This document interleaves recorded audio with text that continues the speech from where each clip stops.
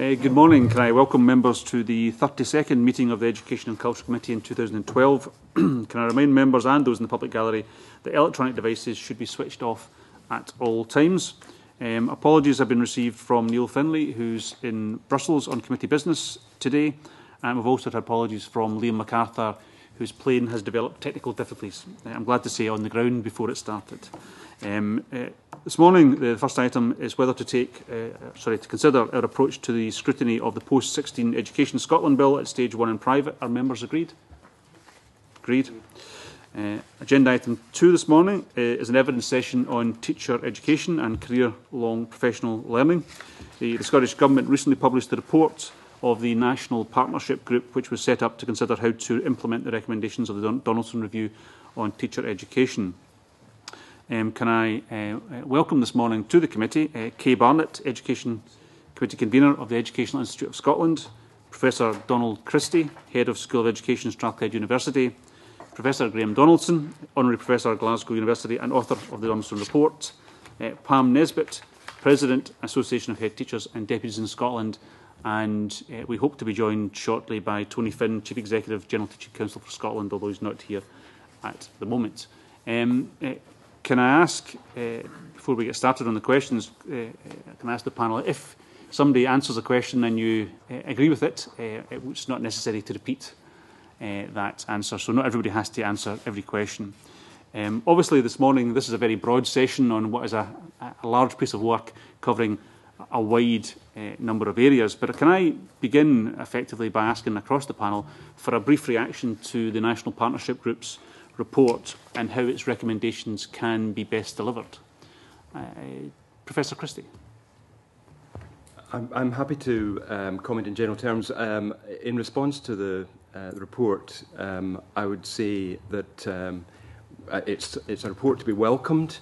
I believe it provides a good roadmap for implementing Professor Donaldson's recommendations. And it's one that is, in my view, very much welcomed by all the stakeholders represented. Well, we hope that my colleagues will agree, but the stakeholders that we are engaging with in the national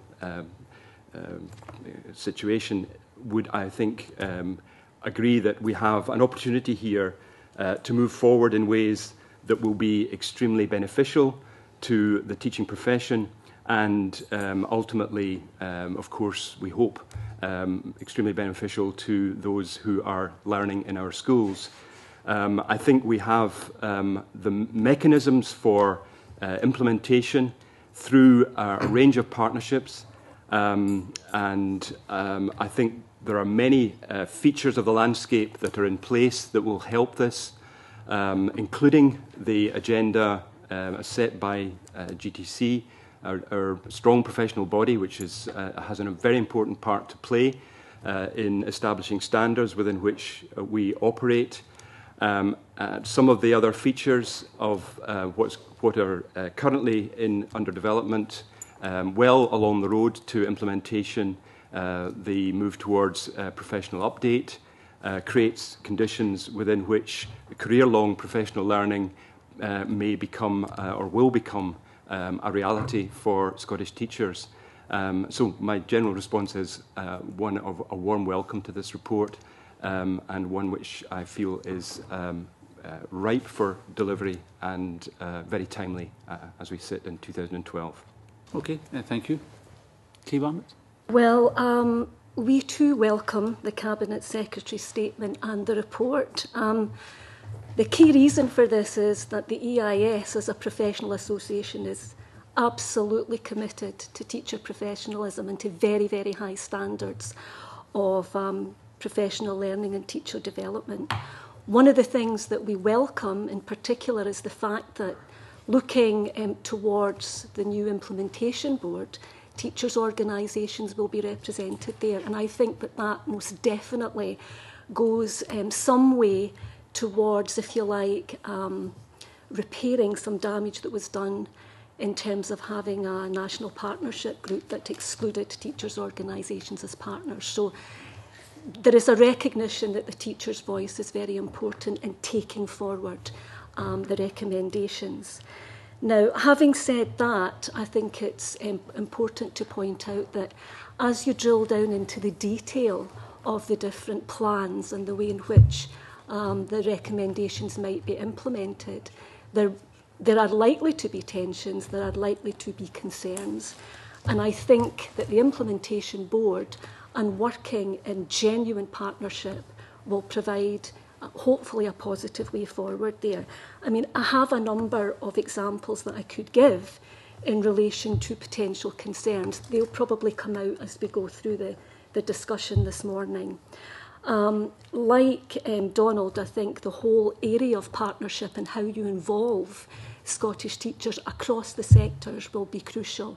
And if I can just give one example of that, we think it's right and proper and fitting that there should be local partnerships that are pivotal in the delivery of teacher education and also career-long CPD. But if you look at the document, there is still question marks there over what do we actually mean by a partnership. So we'll have to be very careful that at every stage that we actually include teachers as partners. There's no mention, for example, of LNCTs in taking forward certain strategies for delivering appropriate CPD. And that's happening already if you look at the good practice in certain areas of Scotland involving our university colleagues and indeed our employers. There's areas of good practice which involve Scottish teachers being appropriately consulted. So that's very important. I'll finish off by saying that the other thing that has to be considered at this point is the fact that teachers and lecturers are learners, and if you are going to provide high quality professional development for teachers that will in turn lead to a better educational experience for learners, then we have to take cognizance of both the economic situation and indeed the professional situation. It's not an easy time for Scottish teachers, so we have to be very clear that the aspirations in the report are laudable and the EIS is committed to professional development, but we've got to look at capacity issues. Are the resources there? Is the time there in practical terms in relation to learning and teaching? So we broadly welcome this, but want to be open and honest and explicit that there are challenges ahead. We'll no doubt get into the details, as you so rightly said, but just I'll ask the daft laddie question since I don't want anybody else to be embarrassed. LNCT? Local Negotiating Committee for Teachers. That's helpful for, not only for me, but I'm sure for the official report as well. Thank Professor Donaldson. Yes, I mean, I also very much welcome the publication of the NPG report.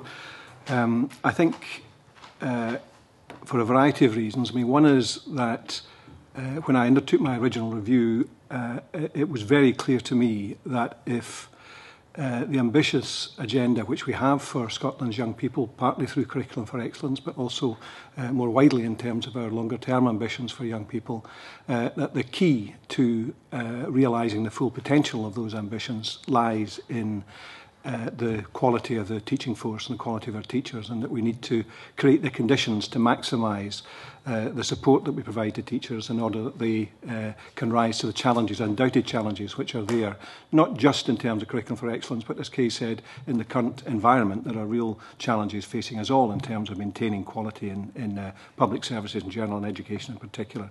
So I very much welcome the fact that nearly 2 years on from the publication of the Teaching Scotland's Future, that we still have right at the heart of the education agenda in Scotland taking forward the process of professionalising or supporting the professionalism of our teachers.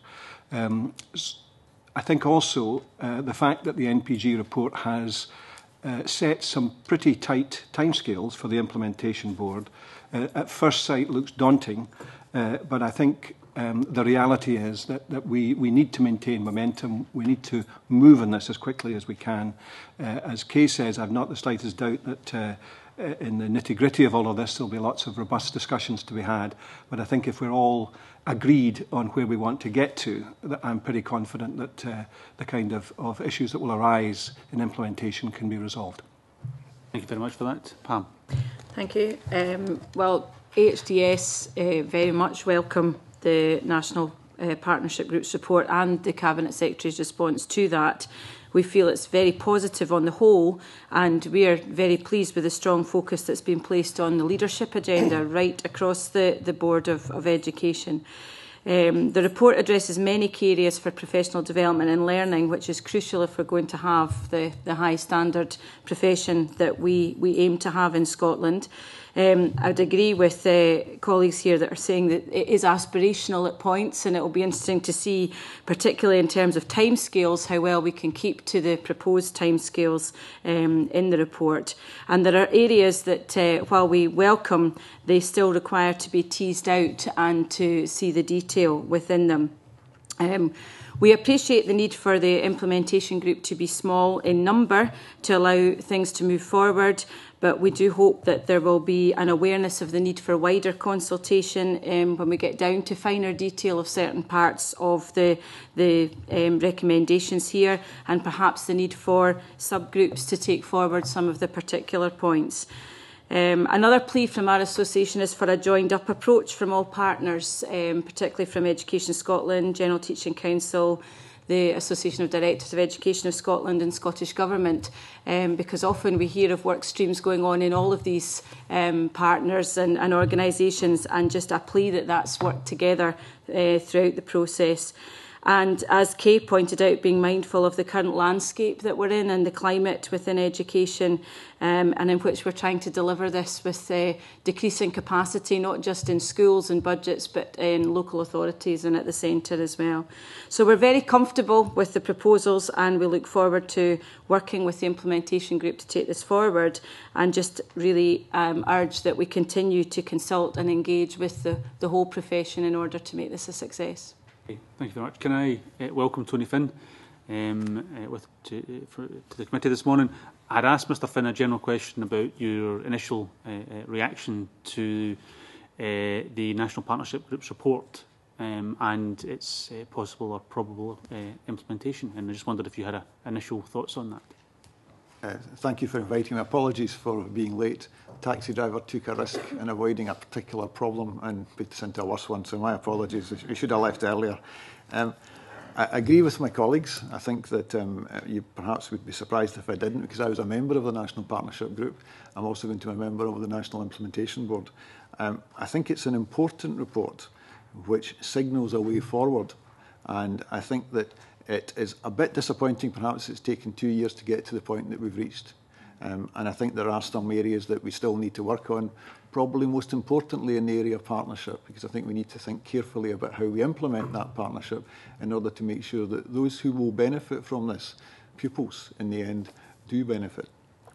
But the report is principally about teachers, and I think that General Teaching Council is very comfortable in saying that the vast majority of teachers in Scotland are actually working at a high quality standard already. I think it's important, however, that they want to improve and that they be given encouragement and support to allow them to improve. And this report does just that. This report recognises that we in Scotland have a system which starts from an assumption that the better our teachers, the better the learning will be for pupils. I think in doing so, we as a group have identified some differences within these islands. That it is not, and south of the border, it is not the case that all teachers have to have the same skills as are expected of us in Scotland. But yet the pattern across the world is increasingly towards the model that Graham Donaldson has highlighted. Indeed, we have found in the last few years significant interest in the work of the General Teaching Council because of our work. So what I would suggest is that this report gives us an opportunity to reflect on where we are, to consider where we should be, and to identify ways in which we might reach those targets. At a time when we're trying to improve the curriculum for pupils, it's appropriate we should also be trying to improve the profession which delivers that curriculum to pupils. We sometimes believe, and sometimes teachers believe, that once they're qualified, they are qualified.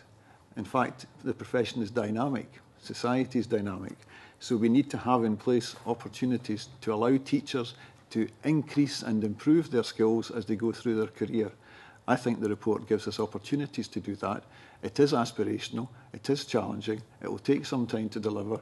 There will be difficulties in the way it's delivered, and we need to try and ensure it's done consistently without trying to ensure that everyone does it exactly the same way. So I think it's a good report and I welcome it. Thank you very much, Mr Finn, and thank you to all of you. I'm going to now start off the questions. We'll try and keep them to specific areas as we move through the various parts of the report, and I would ask members to indicate if they want to come in as we go along. But can I begin with Liz Smith? Thank you, Convener, and can I just draw members to the Register of Interest? I'm a member of the GTC. I know this is a very difficult question, but nonetheless I think it's quite an important one, given the vast array of recommendations that have been made. If we are absolutely agreed that the most important thing is a qualitative improvement in the outcomes for young people, what do you think is the most important focus of the policy area that you are developing? Who wants to begin with that one? I'm happy to attempt to answer that question. And I suspect I'm going to answer the question by not answering the question. One of the things that I was very clear about in arriving at the recommendations in the original Teaching Scotland's Future report was that I would certainly advise against cherry-picking those recommendations. The intention very much is to look at, and the opportunity we have is to look at the totality of teacher education. That, in a Scottish context, is unique. And actually, in a European and even a world context, is unique. The chance to stand back and look at the entirety of teacher education. So I think in policy terms, establishing the culture, the principle and the support for career-long learning is the message that runs through the entire report. The recommendations are deliberately designed, are deliberately interlocking. I mean, they are designed to provide a coherent overall approach to teacher education in Scotland. And one of the things that I've been pleased about so far is that, by and large, that agenda as a total agenda has held, and that people see that the need to advance on a number of fronts simultaneously in order to take forward the agenda. Interestingly, the European Union has just published last week a statement on teacher education, and it specifies 10 actions which it believes that member states ought to take. All 10 actions are already being undertaken in Teaching Scotland's Future. The curve there then. And we are. Thank you. Kay, you want to come in? Yes, where I would agree with Graham is that at the root of this, the kernel of this, is obviously high quality professional development, as I mentioned earlier on. It's about developing structures and mechanisms that will lead to a continuum of support for teachers. And in order to do that, we have to break down the historical and, if you like, inappropriate divisions between initial teacher education and the development of high quality education for our student teachers, and professional development for early phase and other teachers like myself who are at the other end of the spectrum. And to do that, we have to have mechanisms at school establishment level, involving the universities, involving our employers, involving teachers. And I would include in this teachers' organisations, because I know that the EIS, for example, we want to be proactive in taking part in ways of developing skills and abilities of our own members who are Scottish teachers.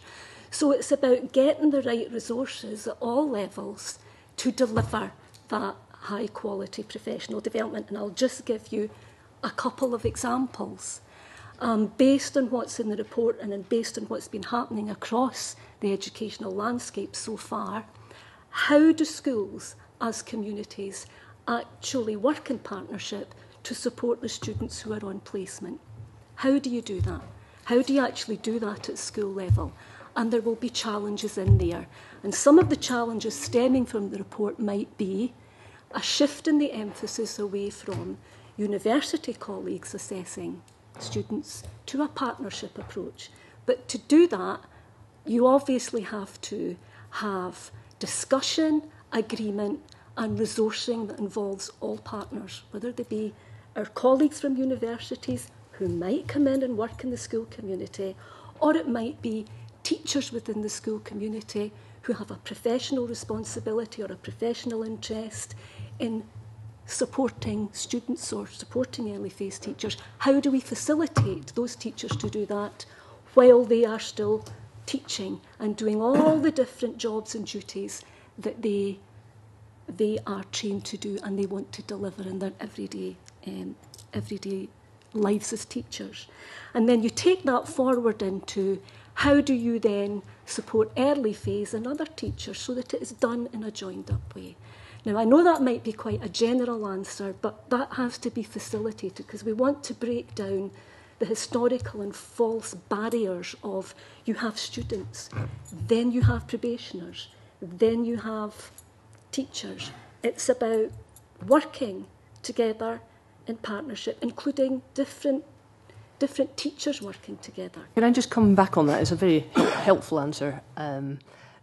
Do you think then that the main degree of progress to be made is more about the system of cooperation and the methodology rather than about inculcating new skills in teachers? Do you think the skills are there, but we haven't quite brought them out yet because the system's not right? Which of these two things do you think is more important? I think if you look at the progress that has been made in supporting teacher professional development over the past 10 years, particularly through the induction scheme for beginning teachers, which has been heralded not only in the European context but internationally, you'll see that there is a strong basis, there's a knowledge and understanding and a professional commitment in relation to professional development. We now have to have fit-for-purpose strategies and ways of working at school level that involves all partners. And I think one of the basic points for the EIS, and I would think other teachers' professional associations, is that has to be facilitated. It has to be resourced. Go a little further on this, sorry to be a bit pedantic on this. Do you feel that the teacher training system as it is now is producing the right skills in our teachers? But where the problem lies is that these skills are not always able to develop because the process and the cooperation between schools, colleges, universities, various stakeholders is not right. I think, again, in terms of initial teacher education, there have been great moves forward in relation to what initial teacher education actually consists of. I'll give you an example.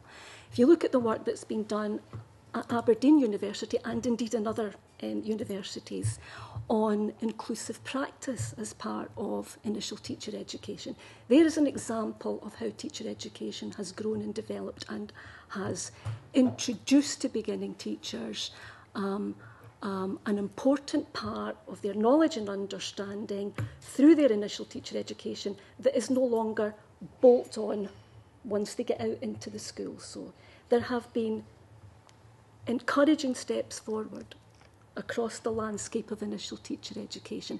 And I would also suggest that that's also the case in relation to beginning teachers. Beginning teachers are working to the professional standards. Professional standards are more comprehensive and inclusive now.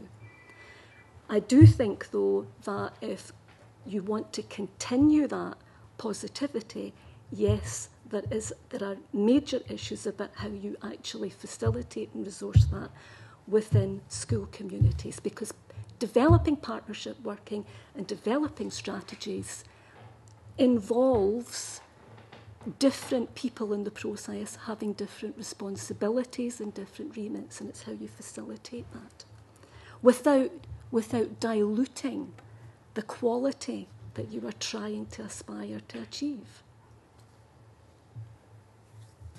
So did you want to go? Well, just to follow on from that, you asked the question about whether the skills are there or what is it that's missing. I would agree with Kay that there's many ways in which things have progressed in terms of the areas that are covered within initial teacher education. probably if you were asking what was the single change, which was your initial question, it would link to what Professor Donaldson has said, something to do with the culture of the kind of commitment to professional learning across the life course, the professional life course. And the point I would make about that is that that isn't something that is compartmentalised and needs to wait until teachers are established in their professional careers. The commitment to professional development, to CPD, is something that can be seen and be evidenced right from the beginning of ITE, from initial teacher education.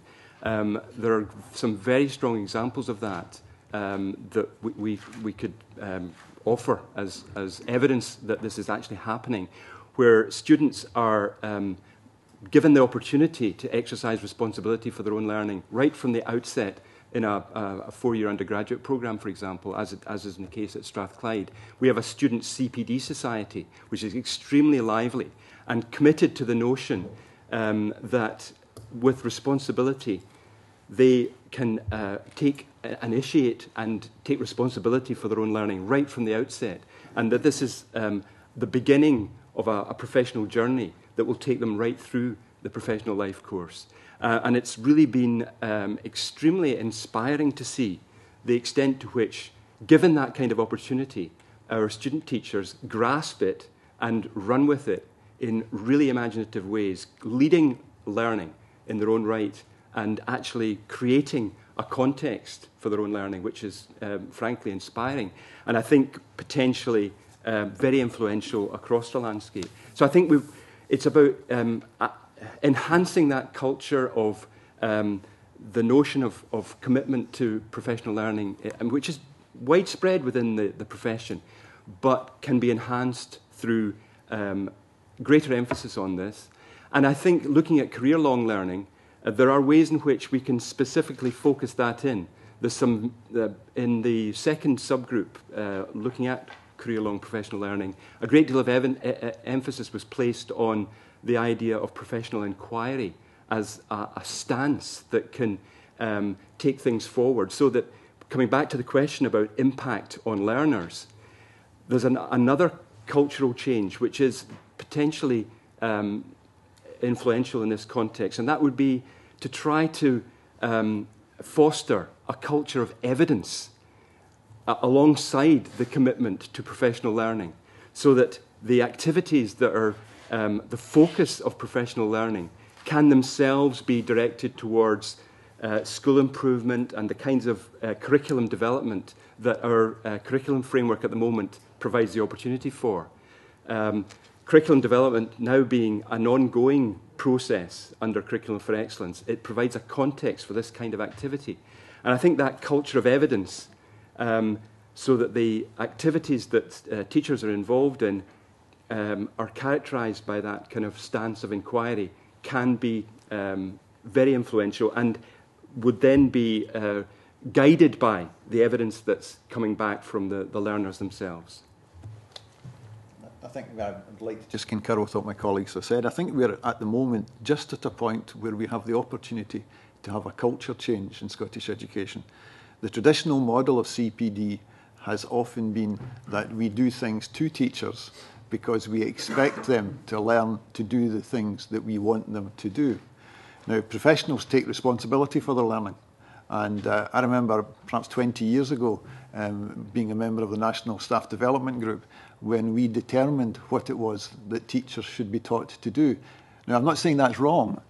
I'm saying it has to be balanced. It has to be balanced by giving to teachers the responsibility for their own professional growth.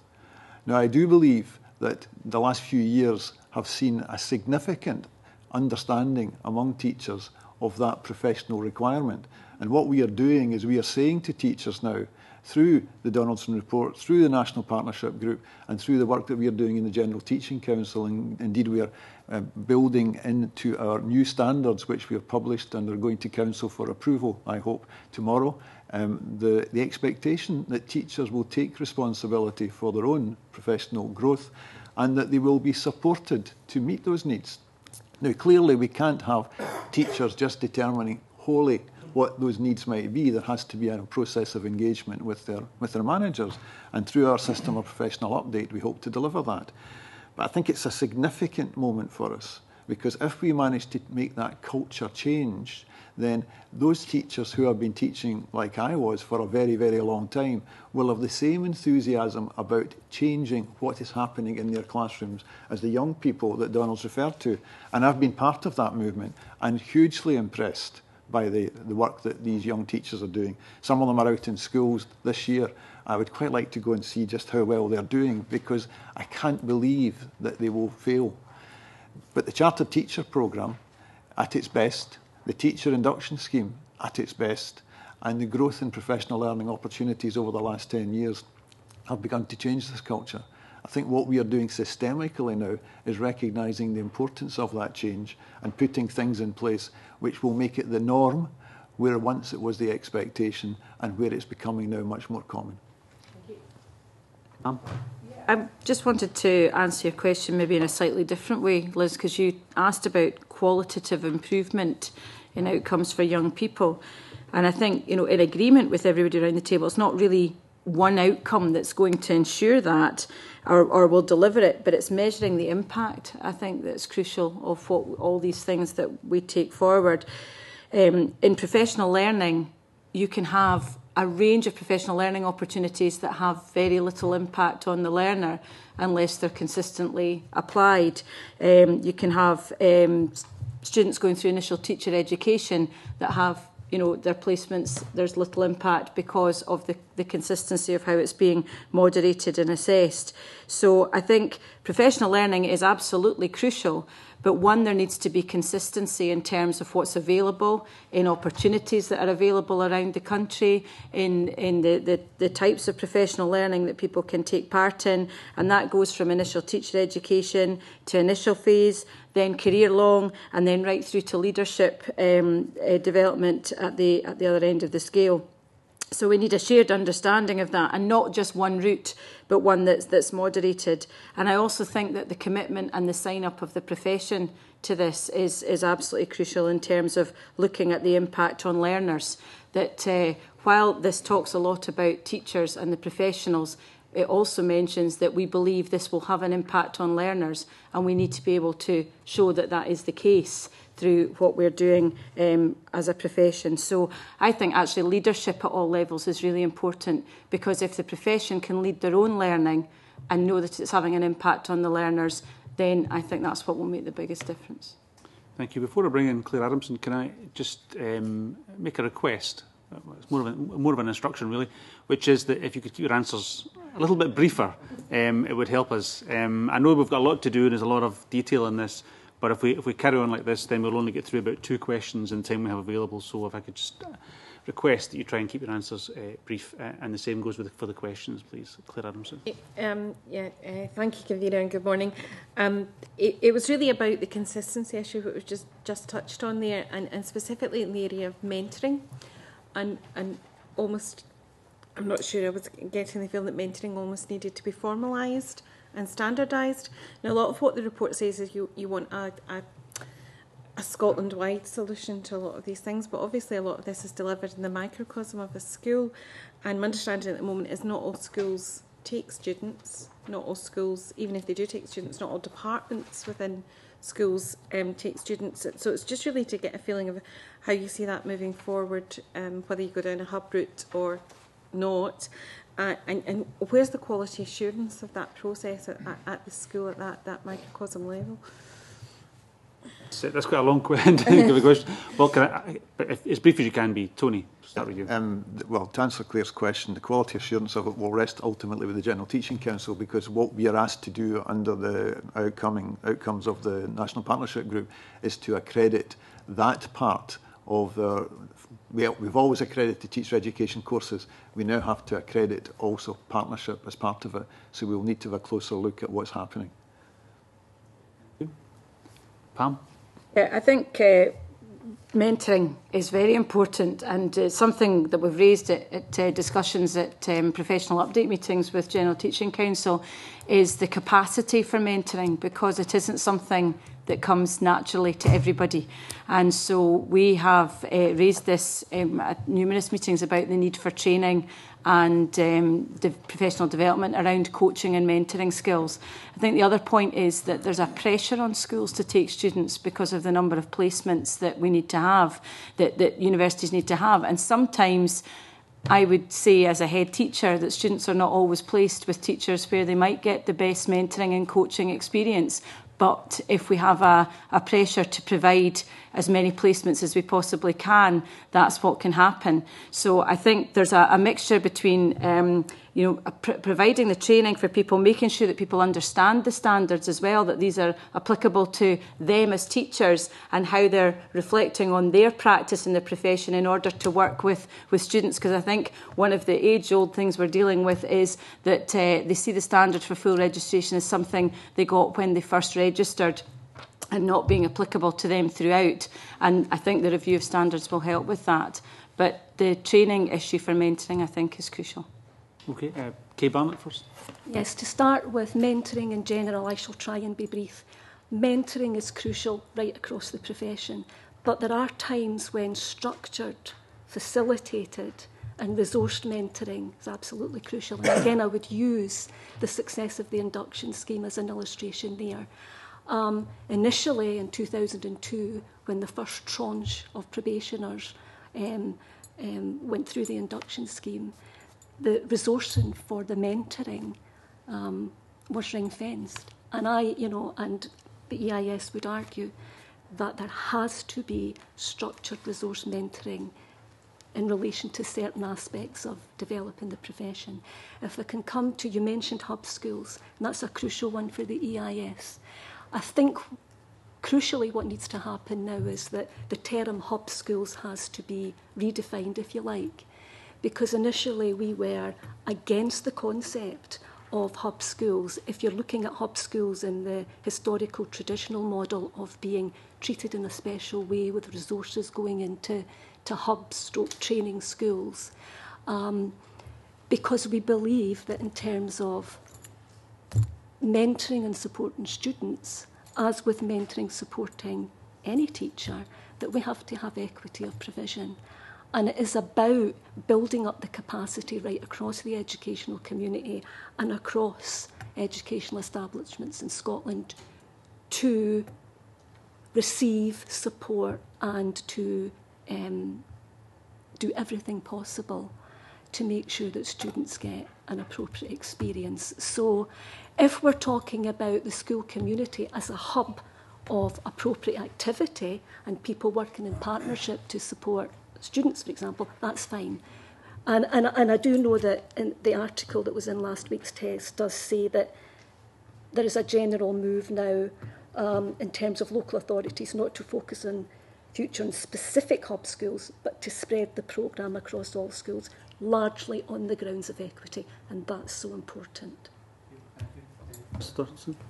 Yeah, two, three very quick points. I mean, one of the things that I tried to outline in the original report was that part of the culture change that Tony Finn was talking about, I think, is that we need all teachers to see themselves as teacher educators.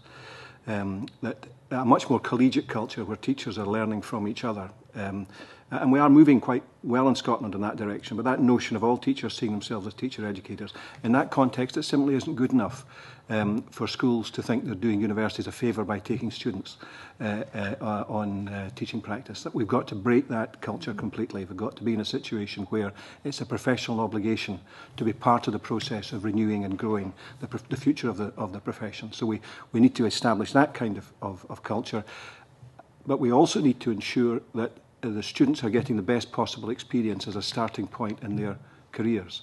And it also isn't acceptable that students are going into situations where they're not getting proper mentoring, where teachers are not fully understanding the standards, and where that process is not working well for the student, because equity works for students as well as for teachers, and we need to make sure that we are giving students the best possible platform for their future careers. And that means I think we need to work to ensure that capacity is there across the entire system, and we need to develop, I agree, the concept of hub school in a way that allows that to happen across the entire education system.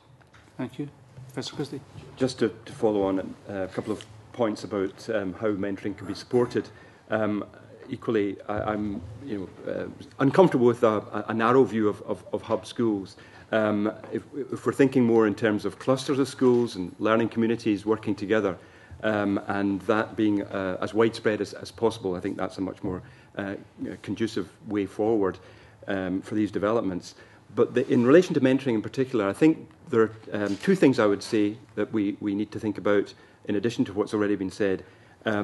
One is the very integration of ITE with induction is part of the way forward, because as Kay is saying, the mentoring processes within the induction scheme have been well established.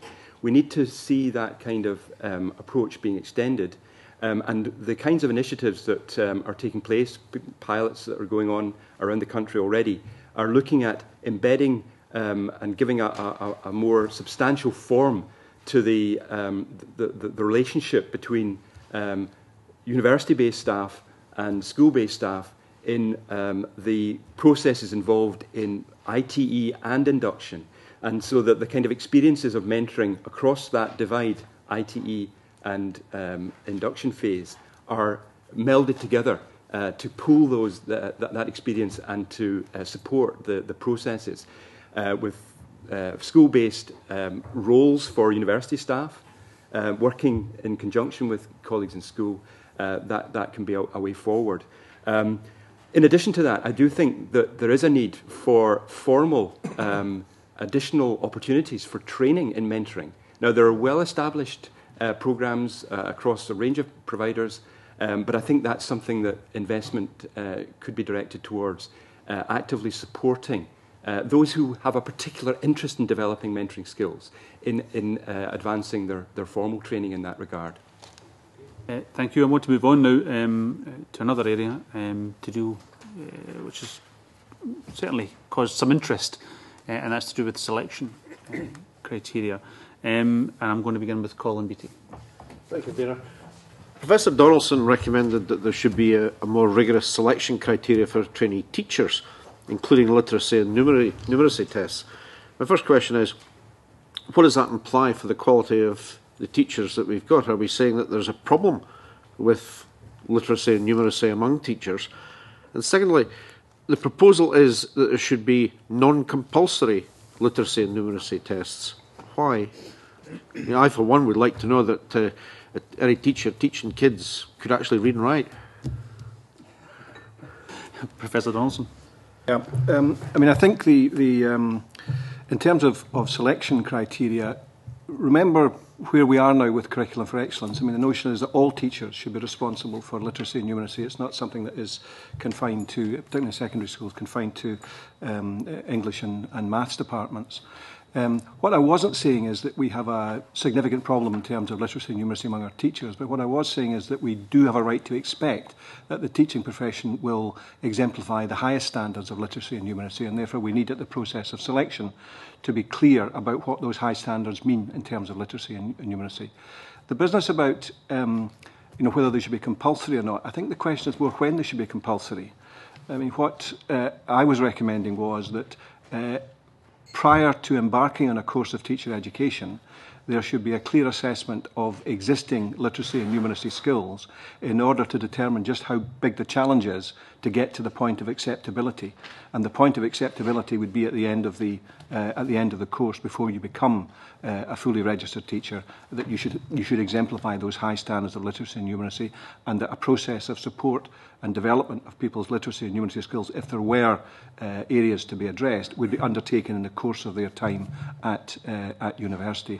I was worried that, partly on grounds of equity across the profession, that to be too tight in terms of setting a threshold in order to enter teacher training, that we might cut out some potentially very good teachers who would be perfectly capable of developing their skills in the course of their university careers, that we shouldn't lose those people to the profession. And that was the reason for suggesting that the point of decision should be at the end, not at the beginning of the course.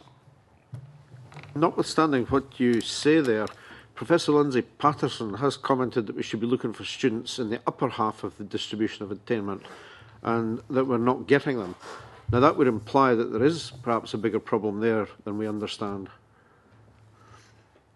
Well, I think some of the work done at Dundee University is interesting, where in terms of what we call numeracy as opposed to mathematics, that people who actually have attained quite highly in terms of mathematics skills, in terms of basic numeracy, are not performing as well as they should do, because that's not been something that's been reinforced and developed throughout their careers. So students in Dundee University, when they sit diagnostic tests, sometimes it's surprising that those with higher mathematics actually are not doing particularly well on numeracy tests. So it's not as simple as saying, use the qualification as a proxy for literacy and numeracy. I mean, I'm absolutely convinced there's no reason at all why anyone who has the qualifications to enter teacher education should not, by the time that is completed, have the kind of literacy and numeracy skills that are required for the Curriculum for Excellence expectations of literacy and numeracy in the teaching profession. I'm very confident of that. Is there actually a value in literacy and numeracy tests if they're not compulsory? Because you're not judging everybody by the same yardstick.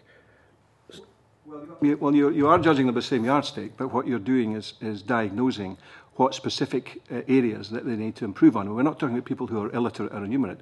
We're talking about people who already have good standards of literacy and numeracy. And the question is, in order to exemplify the highest standards, what are the areas that you need to develop and be aware of? And this is for people who are already at a level of being able to enter university. This is something which is perfectly capable of being addressed in the course of university education. Let's bring in some other people. Start with you, Professor Christie. Just in response to the additional remark there about Lindsay Patterson's comments on the quality of entrance into the teacher education programmes, I would simply have to disagree with Professor Patterson on this. The profile of qualifications of our entrance into initial teacher education are actually very high, and increasingly it's a demanding thing to enter.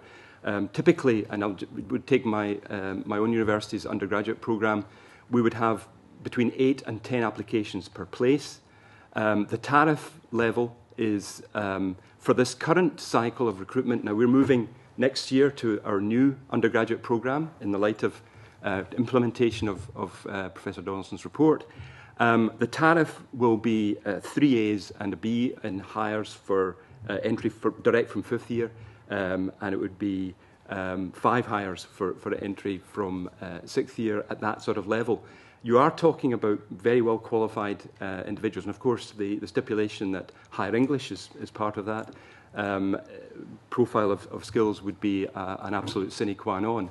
So we're not talking about poor quality entrance into the programmes, and that would also be true in terms of entry into PGDE programmes, the one-year programme for those who have already graduated from university.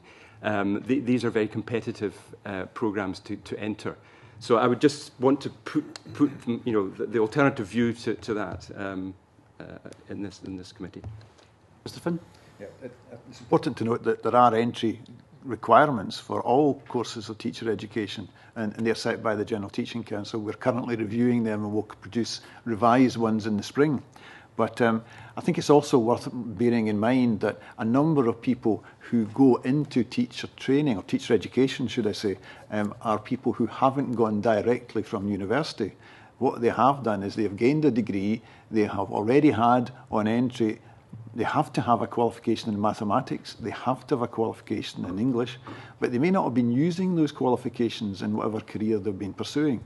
There will also be people who have gone through a course in university where the focus has not been on the strength of literacy and numeracy, but which was a prerequisite for them to enter the university in the first place. So I think what Professor Donaldson is saying is that we're not looking at a default of a whole load of teachers who are not literate or numerate. Now, that's something that the press has chosen to characterise this particular recommendation by. What we're saying is, let's make sure that teachers going into classrooms have an understanding of what they'll face.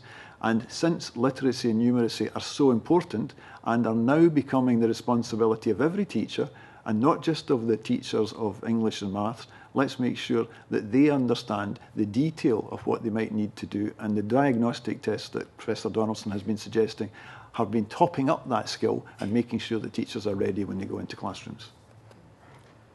Yeah, I think this is about raising the awareness of the importance of literacy and numeracy across the curriculum, rather than saying that we have any problem with literacy and numeracy within our profession.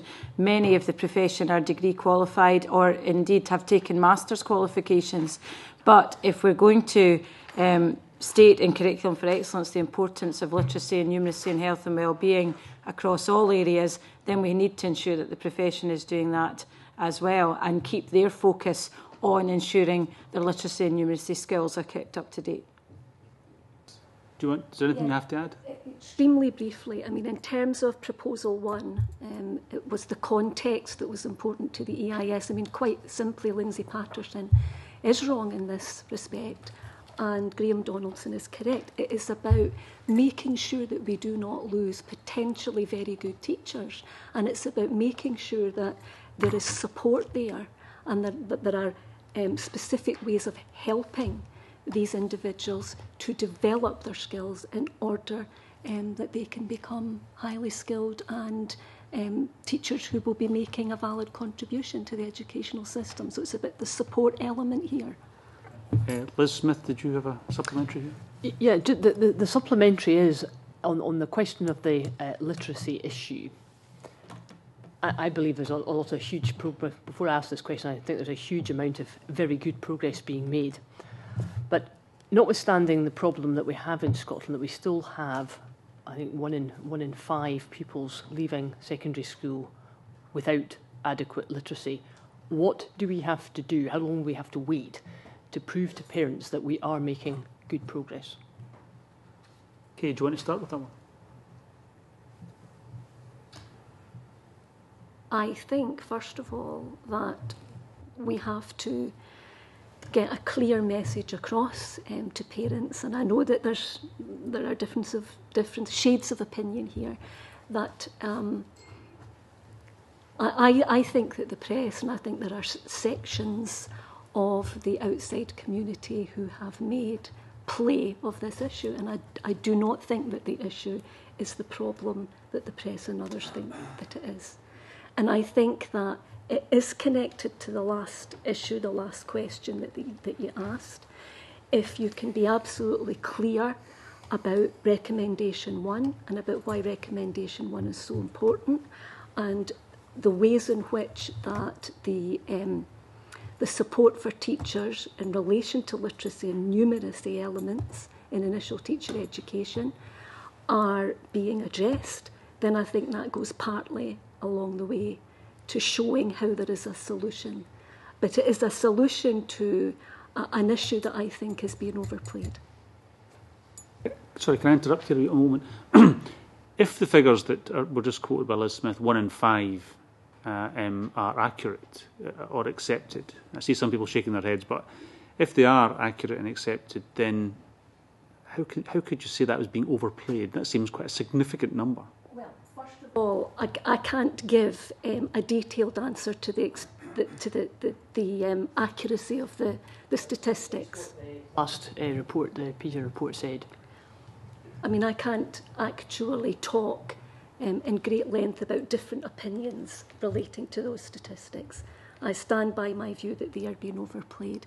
And if we want to open up the whole debate about how you look at issues relating to literacy and numeracy and learners in Scotland, and not just the teachers who are teaching the learners, then there are a whole host of things in relation to learning and teaching and the conditions in educational communities and establishments that, you know, that I would have to respond to.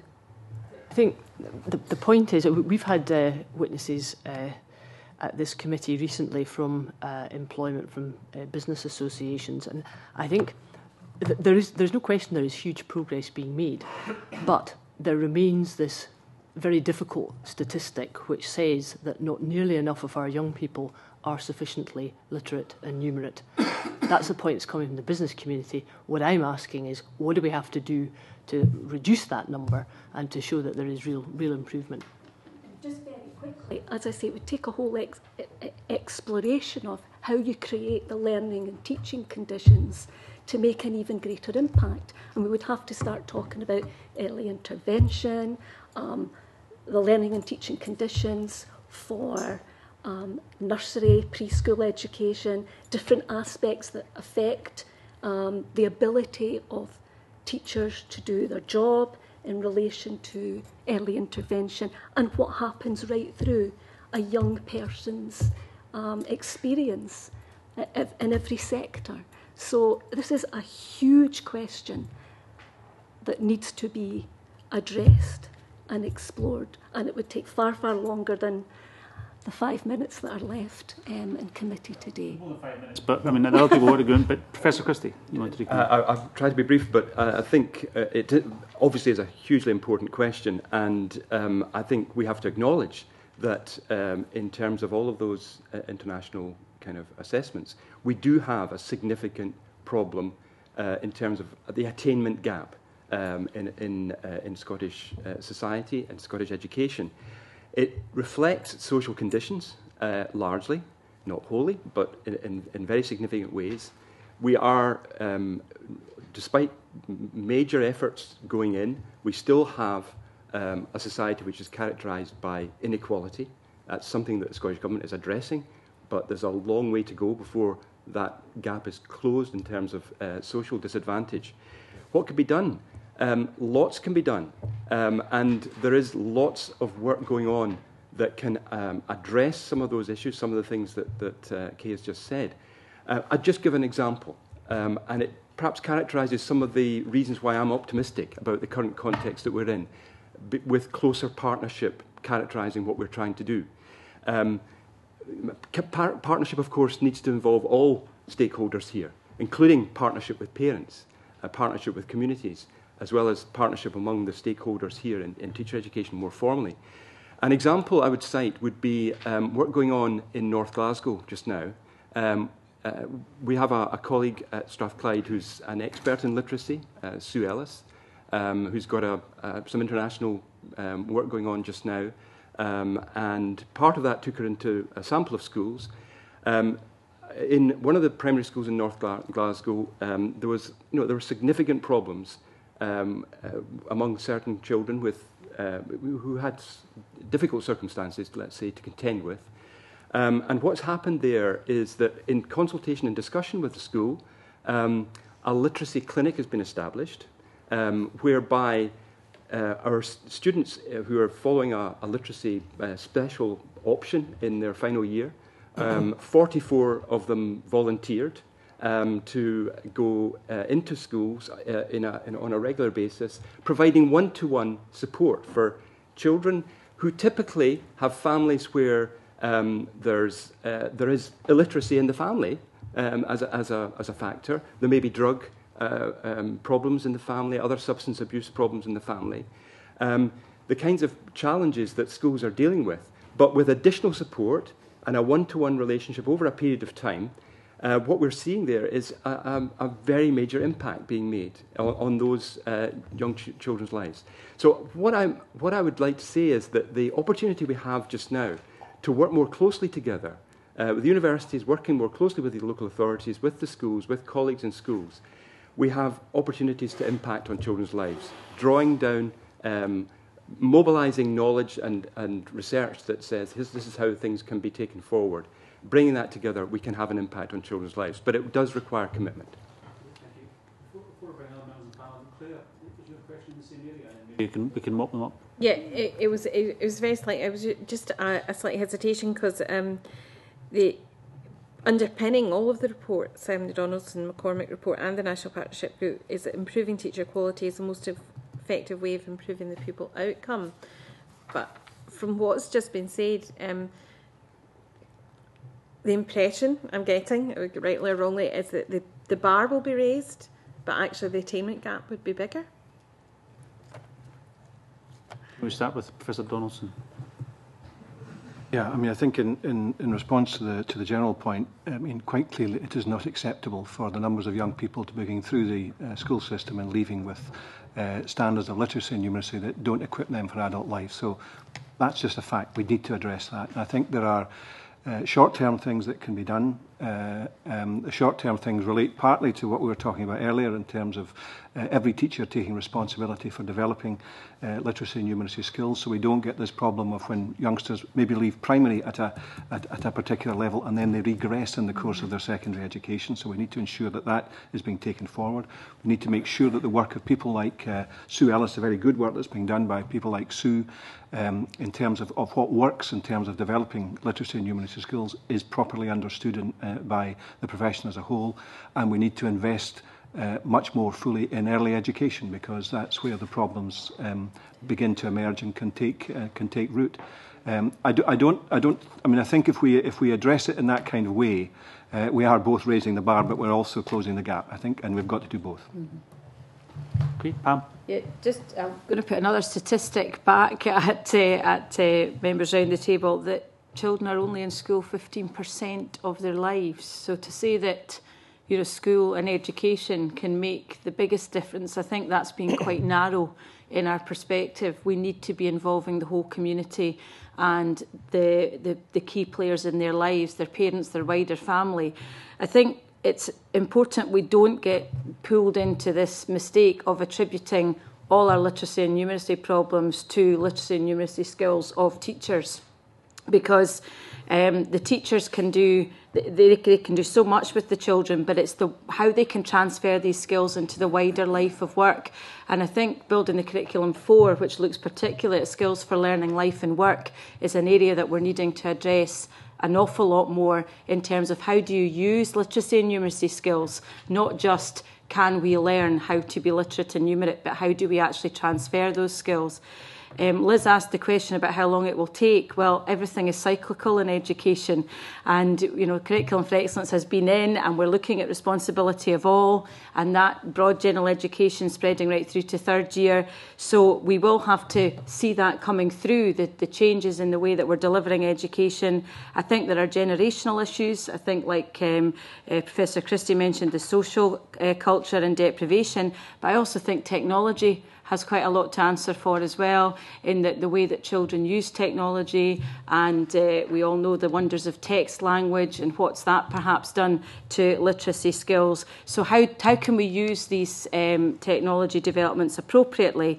And also the agenda of additional support needs, about it not just being about those with our most complex needs, but supporting all learners in their education, I think is really important, and that being a responsibility of all as well. So, and I would concur with Professor Dodson about the early years. We see great progress in the early years, and as children get older through the education system, it seems to tail off, and we really need to do a bit more research into why that's the case and what we can do about it.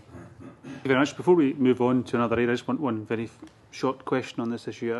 I very much agree about the impact and importance of parents, the parental home, the wider family, the amount of reading that goes on, the importance that literacy is part of life outside of the school, and the relationship that has to the level of literacy of the children then through the system, as well as the other comments you made on the subject.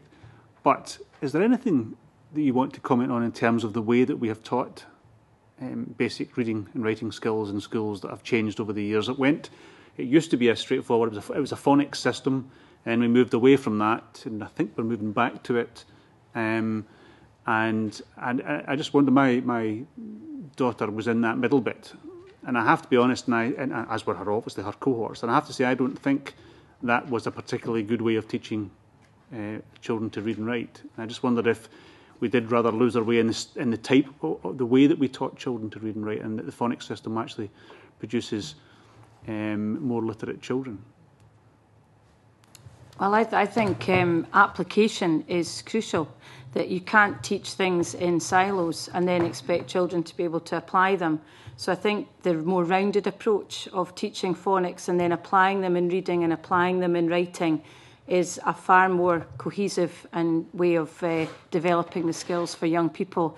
And there are many areas of good practice around the country where you can see that happening in the early years, and then transferring their skills into wider reading and writing activities. And I think more creativity within the way we're delivering these skills is crucial. Having the children more involved and engaged in their learning rather than it being delivered to them is important.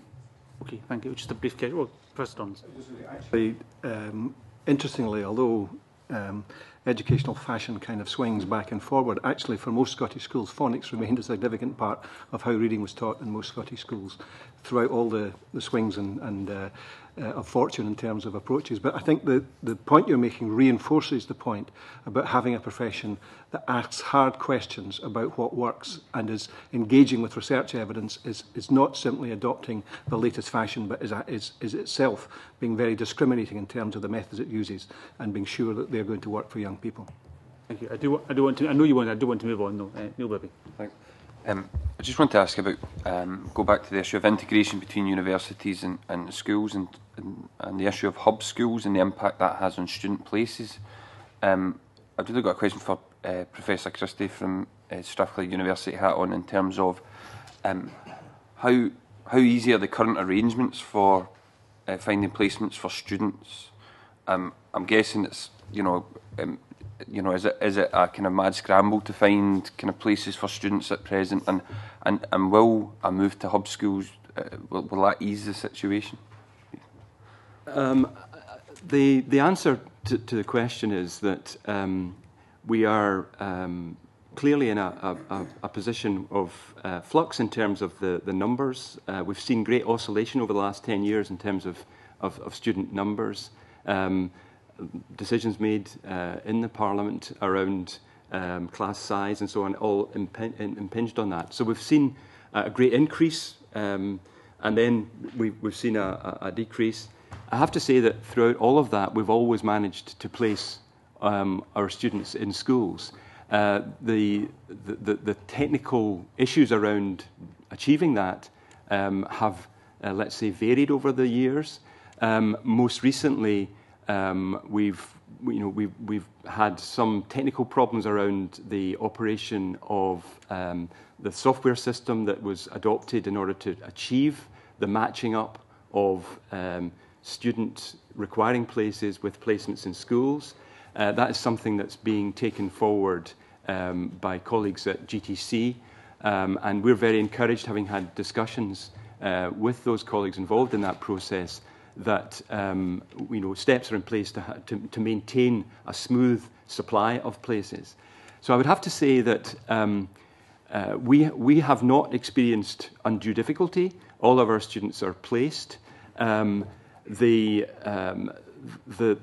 What will require to happen as the models of placement evolve and new ways of working evolve, the sort of software system that supports this will have to be designed in such a way to accommodate the different pattern of placement that may develop. But from the discussions we've had, we're not in any way concerned that somehow or other we're not going to be able to meet our requirements for placements in schools. So it's not a mad scramble. It's a very managed process. Staff engage quite significantly in that process. I think the fact that we have 32 local authorities in Scotland, it means that there are 32 different mechanisms, in a sense, for mediating that process. And it's interesting as things develop. For example, we're having discussions, and Graham and I will be at a meeting tomorrow involving all of the local authorities in West Central Scotland, together with the 3 universities who predominantly make use of that area for placements, but not exclusively, because Universities like University of Glasgow, University of Strathclyde, University of Edinburgh, University of Stirling, although it's small, we have students placed all over the country. But we're having those kinds of discussions about how to manage this process as we move forward in closer partnership. And I'm optimistic that in that spirit of collaboration and partnership, we'll achieve that without difficulty. Is there any difference between placements in terms of primary schools and secondary schools? Are there any issues around? In terms of the availability of placements? Yeah. Obviously, there's a further consideration when placing students in secondary schools. That is that those engaging in a secondary qualification for teaching are going through teacher education in a particular subject. And so we have to be mindful of the availability of the capacity in schools to support that subject. Whereas in primary schools, we're talking about teachers being equipped across the whole curriculum, so there isn't that degree of specialism required. That's a difference, but it doesn't change the actual process. I mean, it means you have to have knowledge of the availability of places within departments within secondary schools in order to provide the placements. Okay. Just very briefly, coming back to the issue of hub schools again, and the fact that I said earlier on we need to redefine what we mean by that. In terms of future developments, there are two key areas really to be worked on. And first of all, as Donald's already mentioned, there's the whole area of placement issues and sustainability. And the National Student Placement Strategy Group has been the group that's worked on this in relation to practicum and the practicalities of actually placing students across Scotland. So there's that area. And the other area, of course, is the quality support agenda. And coming back to what I said earlier, I think it's important that we recognise that if you restrict the amount of schools involved, I think that will lead to issues and difficulties. And one example I would use in relation to the secondary sector that you mentioned, there might be issues, for example, in certain secondary schools in certain parts of the country where they have developed a faculty system. Because now that you have faculties as opposed to distinct subject departments, there can be issues there in relation to supporting students. So there's the two areas, the actual practicalities of placing students, but also the quality support agenda as well. Can I also just clarify that in the primary sector, while it's not subject specific, it is often stage specific. So we can be asked to take so many students at middle stages or upper stages or infant placements. And what I've found over the last few years as a head teacher is that there's a huge demand on the middle and upper sectors and not so much demand on the infant stages there. So that can put additional pressure. And the other thing I would just want to qualify is that while there are 32 different local authority ways of negotiating, there are also a number of universities that we also have to negotiate with. So we maybe have 2 or 3 universities in some areas dealing with students from 2 or 3 different placements, and they can have different programmes of placement schedules and different methods of assessment. So I think the plea is for consistency and more partnership working. I mean, just for a very practical example, we've just had a period of time where we've had 7 teaching students of different types and stages in one school at the one time, which is quite a lot, for a school to have in the 1 3-4 week block. So there's a real need for some consistency and partnership working there. Finn? Very briefly, I think my colleagues have outlined for you the practical difficulties that can be faced and which can, in some occasions, lead to schools being in some difficulties about taking a student. But I do want to reiterate what Graham said earlier, because it seems to me that the placing of a student in a school, in a stage or in a department is invigorating for the student, but it's also invigorating for the teachers. And sometimes the involvement in the process of support, mentoring, coaching, assisting, helps the teacher reflect very fully on his or her own teaching strategy. And it's part of this culture that we were talking about earlier. So all things being equal, and accepting that sometimes all things aren't equal because of absences and difficulties such as those described, I don't think we should be allowing schools to opt out.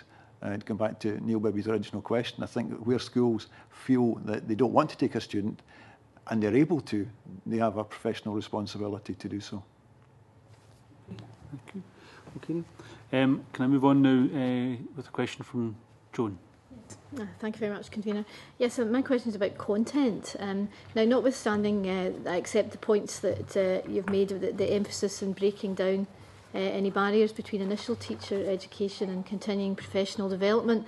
However, I know that the initial teacher education courses need to be approved by the GTC, and that the guidelines have been drawn up this spring. So my question relates to content in those initial teaching courses. The first is area of additional support for learning, but more specifically teaching with regard to learning disability. There was a report that I'm sure you're all aware of by Enable Scotland called Bridging the Training Gap that was out over a year ago, and it identified that there were only 3 out of 8 university courses where there were mandatory courses for learning disability, and I want to distinguish that from additional support for learning. It was specifically for a learning disability, and they had identified a lot of instances where teachers really didn't have the training to deal with some of the complex problems, or even not so complex problems of children with learning disability in the classroom. So my question is, what will be done to address that in the guidelines for the courses that the GTC are drawing up? First of all, we have existing guidelines which already cover a wide range of issues that we would expect to be covered. And secondly, when we accredit courses, we do it by going in with colleagues from other universities as well as members of the profession and members of the Teaching Council. And there are a number of things that we're looking for. Now, as we develop, we add, and what will happen as a result of the Donaldson report is that there will be a number of things that we'll be looking for which we perhaps weren't looking for before. And I mentioned one of them earlier, which was the quality of the partnership. Turning to Joan McAlpin's specific point, I think that there is, in my teaching career, there has been a significant change in understanding of the needs of individual children, so that much of the training that we have been able to give to teachers has been in-service training. But some of that, as we learn about it, has transferred to pre-service training. Now, I'm aware, of course, of the Enable report, but I wouldn't want you to be too concerned that this was a fault, because what Enable is doing is helping us to identify weaknesses in systems which we then have to address. After Enable, there will be other groups which will come forward. In the course of my teaching career, there have been a whole range of new symptoms which we've had to look for, new causes which we've had to identify, and I think actually as teachers have moved on, we have become much better at handling that. But realistically, I wouldn't want you to go away thinking that whatever is out there, teachers will be prepared for, because much of what is out there is so complicated that we can't fit into an initial teacher education programme. We will do our best, and we will take account of the points that have been made in recent reports as we revise our programmes in the spring. Does anyone else want to come in on that? Just to say that we're very committed to supporting teachers in this kind of context of requiring to be able to respond to the needs of individual children, and a sort of an approach that emphasises inclusive pedagogy, focusing, and I know you're looking specifically beyond additional support needs towards information and knowledge and skills in relation to specific learning disabilities. We do accommodate that within our existing programmes. We would want to continue to keep these under review in the light of developments. Clearly, we draw in as much as we can the expertise that we have, and we're fortunate in having a programme with expertise in autism based at our university, which feeds into the ITE programmes in a range of ways. And I think what we need to do is to see this as part of what we're talking about in more broad terms, in terms of the professional knowledge it never being static. We have to take forward the notion that we will always have more to learn, and particular areas of concern will be addressed and will be emphasised at different times. I think it's an important role for the National Implementation Board to have, on an annual basis, an opportunity to set the agenda for refreshing programmes with any particular areas that evidence suggests need to be addressed that may have been overlooked by programmes hitherto. So that's an important new role that is being established for the National Implementation Board, and it will be interesting to see how that would inform ongoing development, because courses should never stay still. They should always be responsive to changes in the landscape and new issues that emerge, with guidance from the GTC that itself doesn't stay still. It is refreshed and renewed over a cycle. I think we can continue to do our best to maintain the focus on what matters. It's important that groups do bring attention to areas where there are concerns. But I think sometimes we need to look at the core issues that enable teachers to address a range of specific things in a range of ways. And some of the ideas around inclusive pedagogy can help in that regard.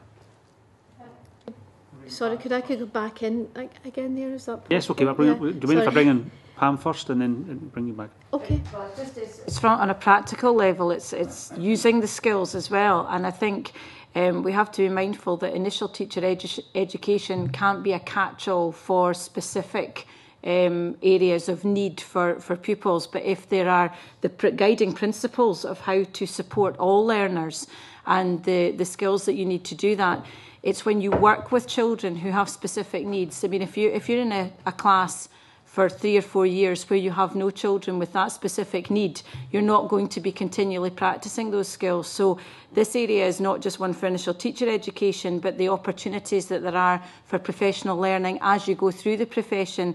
And this is where reflection and professional review and development and looking at your current situation and context is really important, that teachers are continually reflecting on that and saying, what do I need to learn or pick up again from my initial teacher education to help me take this forward with that particular pupil or that particular class?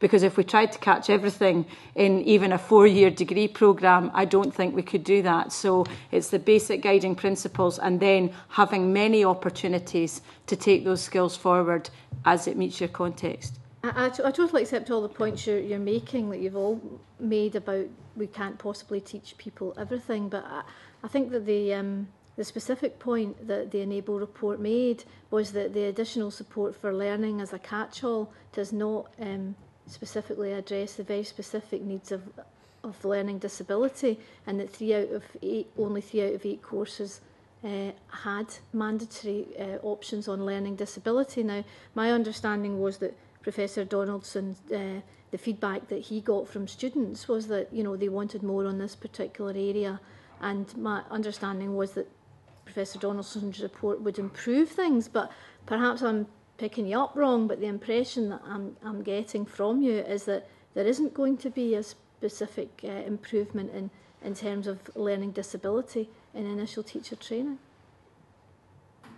You've asked a very specific question about learning disability, and at the moment none of us can say that will be in the programme changes. What I'm saying is that it will be one of the issues that's considered by the group, and it's a wide group of people. It's not just the GTC which is looking at the guidelines, and the point is there, and what will happen is that they will interpret the requirements of teachers. They will look at what's existing, and it may well be that it's in more than 3 out of 8, because there is some very complex learning that takes place in universities about this general area, but this is about a specific element about learning disability. And I think what that group would need to do is assess whether it was something that needed to be stated specifically in the guidelines or heightened in the existing guidelines. So when that task is completed, that point will have been taken into account, and I would hope that you'll be satisfied with the result. Professor Donaldson have anything he wants to say about it? Well, I mean, I would echo the point you made, that certainly in looking across the universities and talking to the students, it was an area where they felt inadequately prepared for what was to follow. But it does relate back to a clear understanding of what should be done when. You know, what is it that we should rightly cover in initial teacher education, and what then should be taken forward through induction and subsequent career-long learning. And I think the kind of work that GTCS are doing will put us in a better position to say there's an entitlement, a requirement in all initial teacher education to get students to this point. But as Pam says, it may be then that you don't run up against youngsters with the kind of disabilities that have been dealt with until much later in your career. So we can't rely on initial teacher education for it, but it was an area where our students were leaving and did feel inadequate in terms of preparation for the whole area of additional support for learning, including learning disability. Okay, thank you. Claire Adamson. Thank you, Convener. It's a question about the master's level profession and the debate around whether or not teaching should be a master's level profession. I know the Cabinet Secretary said that it's certainly an aspiration for him to move towards that area. I have to say I'm somewhat confused about it, because given everything you've said today about literary numeracy and the difference that makes in an education context, are we talking about a master's level in education? Are we talking about people coming to their teaching qualification already with a master's in their chosen area of expertise, and how that fits in? And also mentioned earlier about professional development and teachers having more responsibility and more activity and actually self-selecting into their training opportunities. But one of the criticisms, I think, Isabel Boyd gave when she gave evidence to the committee about the chartered teachers situation was that the self-selection aspect of that didn't meet the aspirations of the senior management teams. So we're in the position now where we have chartered teachers there, and I'm unclear about what their progression is through the master's process, and whether you think that should be accredited, and where that leaves us for the chartered teachers. Donald. I'll happily comment on this. I think it's clear from Teaching Scotland's Future that placing us in the broader context of international comparisons, the evidence would suggest that the strongest performing education systems do have higher level of qualifications expected. But it's important to stress that the report doesn't actually call for it to be a requirement for teacher education itself to be at master's level, but it does very strongly call for engagement of the profession in master's level activity in terms of their professional learning, and that's quite a distinctive thing. And I think there are lots of ways in which that can be developing alongside the kinds of things we've been discussing this morning, and in a way that can be helpful to the system overall. Essentially, it links with changes in the conception that was already referred to here about that CPD isn't done to people. It isn't about going and attending a short course. It's about embracing the learning and owning and taking responsibility for the learning. What I think the opportunity to consider master's level work provides is an option for teachers to be accredited for the kinds of activities that we would wish to see taking place in the schools in any case. And I think the move is much more towards embedded professional learning activities in the schools, in the context, and ways in which that work can itself be recognised and given master's level credit within the frameworks that we operate. The NPG report places a responsibility on the universities through the Scottish Teacher Education Committee to develop a framework for a Scottish Masters in Education, and to provide a mechanism by which transfer can be made readily across the system, so that people's work can be recognised in as wide a range of ways as possible.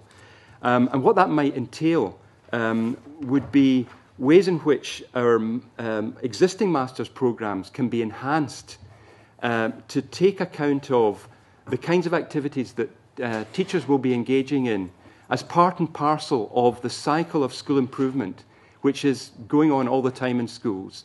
There are working groups developing aspects of curriculum for excellence. There are initiatives taking place at local level. And what we would like to see are ways in which that kind of activity can be recognised and given credit within a master's framework. We've been very accustomed to dealing with accreditation of prior learning, APEL claims. Within master's systems, we've had opportunities to get credit for workplace learning agreements. That's another kind of concept. We've also had independent study modules within our master's frameworks. All of these provide past experience of providing flexible ways of accrediting activity in the schools. And what we could, coming back to the point I was making earlier on about professional inquiry as a stance and as a mode of activity, what we are working on jointly in the universities is a mechanism for accrediting current learning, so that the kind of school improvement initiatives where the interests of staff brought together with expertise from the universities or elsewhere can look to make an impact on the learners in the context, and for that activity itself to be documented and subjected to assessment within our master's framework. That's the kind of model that we're looking at, and I think it has the opportunity is there to bring a lot of the strands of what we've talked about today together, and to give recognition to teachers who commit themselves to that kind of activity. Yeah, thank you. Firstly, can I just mention the self-selection of chartered teachers, because that was an initial feature of the chartered teacher programme, and it is perceived, or was greatly perceived by some as a problem, but it was changed in 2008. So that factor is no longer relevant, and nor was it relevant at the time that the Cabinet Secretary took his decision about chartered teacher programme. The question of masters learning, I think, is quite an important one. And it goes to the heart of one of the suggestions of Graham Donaldson's report. And I think what Graham said, and Graham's here, so he'll correct me if I'm wrong, was that we needed to increase opportunities for teachers to be able to engage in masters learning. And I would agree with that, because I feel that sometimes the CPD opportunities that are given to teachers in that model that Donald's just described, where things are done to teachers, were often fairly mundane and not necessarily directly relevant to their needs. Now, there will always be a degree to which, and as a former head teacher and a member of a directorate, I am probably guilty as charged of having done that. But there are times when it is necessary to ensure that teachers were up to speed with things that were happening. But that should be given in a way which is at an appropriate level for teachers to ensure their understanding. And equally, opportunities should be made available to teachers to participate in programmes that will improve their own learning, provided, and this is really important, that that has an impact on the learning of pupils. I think in the past sometimes we've engaged in what were Masters of Education programmes which were interesting, which were relevant, which were valid, but which were separated from a teacher's experience in the classroom. So what I'd like to see is more work on master's level provision which would allow teachers to improve what they do in the classroom. And that brings me to the Standard for Career-Long Professional Learning, which we are seeking to introduce. Because at the moment, once teachers have completed their qualifications, as has been said by some of my colleagues earlier, there's a tendency for some of them to believe that they're qualified. And I've been saying for the last few years that we need teachers to attain, maintain, and improve standards. But when we ask teachers to attain, maintain, and improve standards, we don't give them opportunities for the improvement to be recognised. So by providing opportunities at master's level, we do have opportunities to say to teachers, this is something that you've done which has been an advantage to you, an advantage to your pupils. As a small illustration of that, the GTC Scotland has a programme called Professional Recognition, which was introduced a number of years ago as an attempt to meet this particular need. It doesn't bring any additional qualification at master's level, although we think maybe we should think of it having so in the future. It doesn't bring any extra finance. Staff turnout, as an example of which is on Saturday morning, I'll be in Inverness awarding Certificate of Professional Recognition to I think around 30 teachers in Highland, many of whom have been doing additional work in literacy and numeracy, just for your interest. And they will do that because they want to do it, and they are very pleased to get that recognition.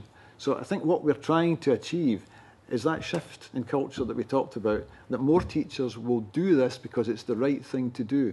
And as a result, if they can give given Masters accreditation for it, a number of them will subsequently, through the Scottish Masters programme, gain a Masters qualification which might otherwise not have been available to them.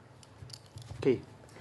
Yeah, I think the committee will appreciate that this is probably the thorniest political issue in the report for Scottish teachers, and certainly from the perspective of the EIS. I mean, we obviously recognise the importance of progress towards master's level being an option. I mean, we don't think it should be mandatory, and I don't think that's the intention. It should be an option. However, what we can't ignore is the situation in relation to how Scottish teachers feel about the scrapping of the charter teacher scheme. And to say that in general terms Scottish teachers are unhappy is a bit of an understatement. They do remain politically cynical about the scrapping of the charter teacher scheme, and they do see it as by and large a cost-cutting decision as opposed to a professional decision. So although I appreciate what Tony and others have said about master's level progress and the importance of professional recognition, I do think, though, that the fact that there was professional recognition in relation to charter teacher, there was also financial recognition. I think that these are issues that are still there in the background.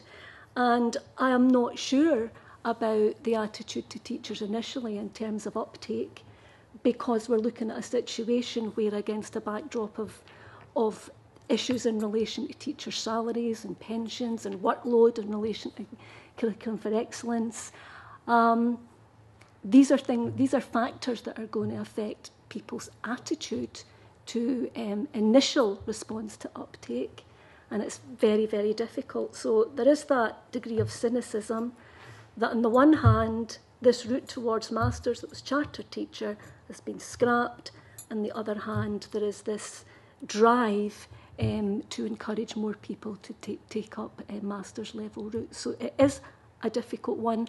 I think we will have to wait and see how it progresses in the initial stages. Thank you. Graham? Yeah, as Kay says, there's a lot of cross currents in relation to this area. But I mean, essentially, the view that I took was that not that we should seek to have all teachers with master's qualifications as a main policy driver, and I say that quite clearly. But I think the nature of the learning that's taking place inside the profession should be at SCQF level, and it's that sort of level of debate that we're talking about. The issues that we're facing in terms of education in the 21st century are complex and difficult issues. And you either take the view that we have a teaching profession which somehow or other is patronised, and that these difficult issues are dealt with a small number of people who are capable of dealing with these issues. You take the view that we have a profession that itself is capable of engaging with these very difficult issues and taking ownership and responsibility for them. I'm very firmly of the view the latter is the way we want to go. There are other jurisdictions that maybe are going along the former route. I think the latter route is the route we want to go. We want to be in a situation where the teaching profession is comfortable in dealing with very complex issues and doesn't ask for complexity to be watered down in order that teachers can deal with them. If we get that right, we're then in a situation where, as Tony said, in terms of the nature of the work that we're doing through professional development, is if it's at that level, we then have to find mechanisms to say, well, actually, given that you're already working at that level, can we engage in accreditation of that? So practice-based accreditation of things that are the right thing to do in any case will lead over time to many, many more teachers having master's qualifications, and we need to have the mechanisms in place that encourage them to do that. And it is true that we it's not a reason for doing it, but it's something just to note that if we look across Europe, that increasingly master's level is the qualification for teachers across Europe. And we don't want to be in a situation, I think, where Scottish teachers have moved from being among the best qualified teachers in Europe to being among the least best qualified teachers in Europe. I think just to pick up on your point there as well, Graham, about equity for all staff and having opportunities available for all staff, that's something we're going to need to work hard for. And I think it will have clear links with professional update as well and the professional review and development. So there's a real task for anyone supporting that leadership of professional development to support staff. And just another plea that we acknowledge that the master's level we're looking at very much has to be linked to practice and theory into practice, very much reflecting and inquiring on current practice and changing our practice and the impact it has on pupils. Because having been through a master's course and having also done one of the first tranches of the qualification for headship, a lot of that was around the theory.